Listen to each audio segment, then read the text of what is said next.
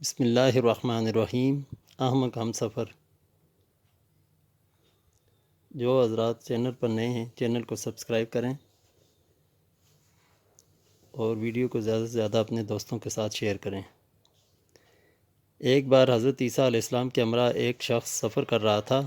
اسے خیال آیا یہ سنہری موقع ہے کیوں نہ حضرت عیسیٰ علیہ السلام سے کوئی ایسا عمل سیکھ لیا جائے جس سے پتھر سونا بن جائیں اور مردے زندہ ہو جائیں۔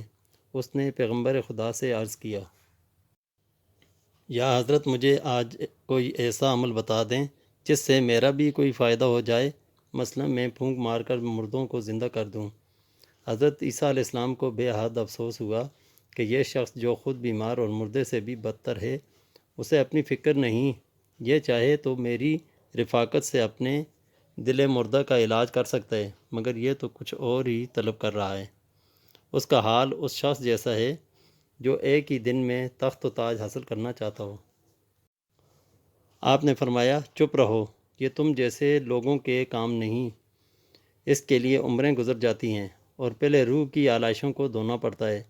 تو نے عصا تو ہاتھ میں لے لیا، مگر یہ موسیٰ علیہ السلام کے ہاتھ میں ہوگا تو اسے پھینک کر اژدہا بنایا جا سکے گا۔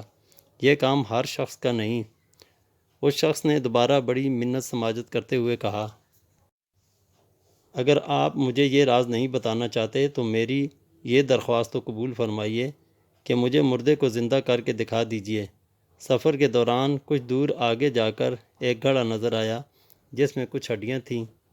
اس شخص نے عرض کی، یا حضرت ان ہڈیوں پر پھونکیے۔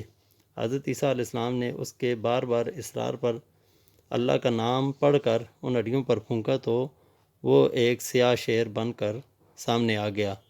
شیر اسی شخص پر جھپٹا اور اسے مار ڈالا۔ حضرت عیسیٰ علیہ السلام نے شیر سے پوچھا کہ اس نے ایسا کیوں کیا، تو شیر بولا، یہ آپ کو تنگ کر رہا تھا۔ حضرت عیسیٰ علیہ السلام نے پوچھا، تم نے اس کا خون کیوں نہیں پیا؟